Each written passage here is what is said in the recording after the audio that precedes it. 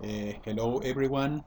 I am Dr. Juan Stegman. I will be your instructor in this class, International Economics. International economics involves two main issues. One is international trade and international finance. International finance is today probably more important than international trade in the sense that it impacts everyone in a big way. If you want, just to give you a number that it will show you why it's so important. In the last 30 years, the global funds have grown from $10 trillion to $500 trillion involving swaps and derivatives, whatever. 500, while the global GDP grew from 10 trillion to 50 trillion. So global GDP today is $50 trillion per year versus global funds that are $500 trillion. There are different things because one is stock, the other is a flow, but you see the magnitude of global finance. So the impact that this is having in our lives is tremendous because all these global funds invest in real estate and create a real estate boom. And for different reasons, when they disinvest in real estate, produce a collapse, prices of the houses fall by 30-50%. The same happens with oil. All these global funds invest in oil, and the barrel goes from 20-30 dollars to $150 per barrel. And then the global funds disinvest in oil, and then the price collapses for 150 to $50 again. And this is something that you feel because people that have no clue about the global funds, but they have to pay the mortgage, and the price of the house rises 100% and falls 50%, and the price of the gasoline goes. So it's something that has a tremendous impact, and also has a tremendous impact on the reality of different countries. East Asian, Southeast Asian countries during the 90s, they had a financial collapse precisely because of this inflow and outflow of global funds. And the same happened in Mexico, Brazil, Turkey, Argentina, and now it's happening in Europe.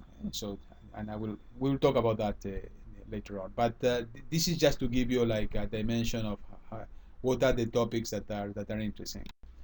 Globalization. I will, the idea of this video conferences is not to repeat the theory. You can read it on the book by yourself, and it's beneficial to read the book sometimes because you can organize your time and dedicate more or less time according to what issues you know. Many of these issues are very familiar for you, so you don't need to read them again.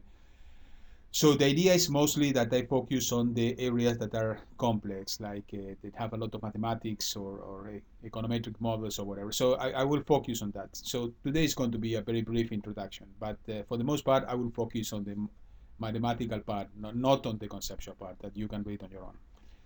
Globalization is interesting because it's something that started centuries ago. It's not something new. However, during last century, it started boomed for technical reasons, for because there is a lot of political and economic reasons. During the 20th century, there were some philosophers that defended that it is important that the world gets together because it provides stability and peace and harmony or whatever. So there is a lot of even philosophical reasons why practically everyone agrees, especially after the world wars, that the collaboration is better.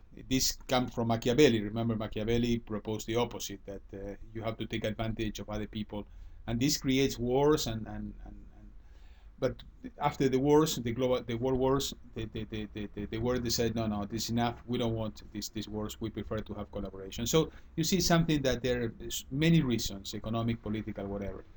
Is okay. I will not go through all these points because I think you are familiar with that. But something interesting is that there is reasons against globalization, and the reason is because you normally international trade or foreign trade or global trade generate winners and losers. Just normally, by definition, the winners are the sectors of the economy that have a lot of resources in that specific sector, For example, the US has a lot of capital, a lot of technology.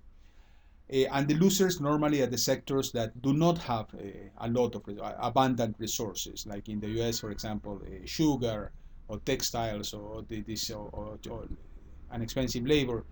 So the sectors that do not have abundant resources suffer because of global trade. So, for example, China, all the labor that China that is very, very inexpensive, has a good time, if you want, because of trade, while labor in the US suffers because of trade. So there is a lot of winners and losers. So that's why you have a lot of anti-globalization. If you want, the rule of the game is normally trade is good for the nation as a whole, but it may be bad for some specific sectors. That's kind of the concept, if you want. Okay, I will skip some files because you are already familiar with this. You can read it on your own. Okay, this is kind of the beginning of this class, that the international trade theory. There are a bunch of theories, probably a dozen theories, and some more complex or with a lot of econometric models than others. Others are more conceptual, but they all tell the same story. I mean, international trade is beneficial, but some sectors suffer because of it. You always have winners and losers, and if you go across all the theories, the conclusion is the same. Sectors with abundant resources benefit with trade, and sectors without abundant resources, with scarce resources, suffer with trade. So this is kind of the theory. And the theory leads to see all the different systems that are used to control trade, like tariffs or quotas or whatever.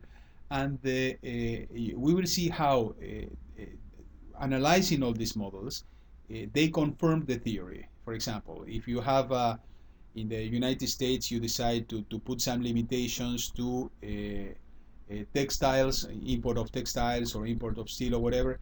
I mean, who are the winners and who are the losers? The winners, the government, number one, because it receives the tariffs. It's like a tax. The winners are the industries that are protected, textile or steel or whatever. Who are the losers? The consumers, because the consumers have to pay higher prices because of these protections. And who are the losers? Okay, the industry that doesn't modernize or doesn't become efficient because of this protection. So you see that you always have winners and losers. This is kind of the rule. And this leads to the second, that is international trade policy, which is very interesting because you start analyzing what happens with some countries that followed some sort of international trade policy. For example, import substitution, very typical. India, Russia, many European, even the US for many decades had this import substitution. While other countries, like Southeast Asian countries, promoted export promotion instead of import substitution. And you will see what happened in those with those policies, what were the winners and losers, and what was the benefit for the communities or the bad thing for the communities. Then you enter into the second part of this seminar, that is, we finish with international trade, we start with international finance. And balance of payments is the first discussion, and foreign exchange market. And this is very, very interesting topic and very, very central because of the foreign exchange policies or whatever, or systems or mechanisms, they lead to some situations. For example, you have a free foreign exchange system or a fixed foreign exchange system. And the fixed foreign exchange system, almost systematically, except very, very rare cases, they normally end in financial collapses. Like East Asian, Southeast Asian country, like Korea, Taiwan, whatever. And the same with Argentina, Brazil, Mexico. All these countries had fixed exchange system, and they all finish in a large run on the currencies, speculative attacks, whatever. So the same is going on in Europe today. I mean, Europe, having one single currency is equivalent to having like a fixed exchange rate system among all these countries. And it almost systematically leads in a financial collapse, except rare cases in the history of that countries were prudent with their fiscal policy, like Ecuador, for example. Or in Europe, you have many countries that are prudent in their fiscal policy, but others are not, like the case of Greece, that they had a gigantic financial deficit that led to the need to devalue their currency, and then you have all this financial catastrophe. But it's interesting to understand the mechanism, so you can understand what's going on in Europe, what may happen in the future, etc. So the discussion is really very interesting. Okay, some other issues, I skipped them. You can read them on your own. It's international economic issues. I already mentioned some. Uh, okay, this is what I kind of told you before, that all these international institutions that were developed after the world wars, there is an ideology behind the famous Immanuel Kant, that he was the one that said that in order to have peace and prosperity, you need to have a very organized system, especially within international institutions like the Trade Organization, World Bank, International Monetary Fund, etc. So you see that there is a lot of philosophy behind it. Okay, so what is the organization of this class? We will have a couple of weeks with international trade, and then we'll have a couple of weeks with international finance. This is kind of the organizations of this class. Okay, so this is it. My only purpose was just to introduce it.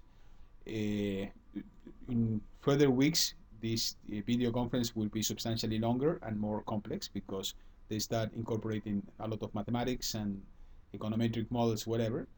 But if you have any doubt, you have my email, phone number, whatever, give me a call. We will have our session anyway, but the session is only to solve difficulties or doubts that you may have. But I prefer to give you the theory independently, so you can watch it whenever you want, and you can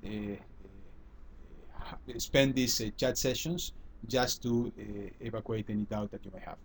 Well, thank you very much. Hope you enjoyed the class. I think this is a very nice class. Hope it is interesting for you. And I'm here to serve you, so call me whenever you want. Thank you.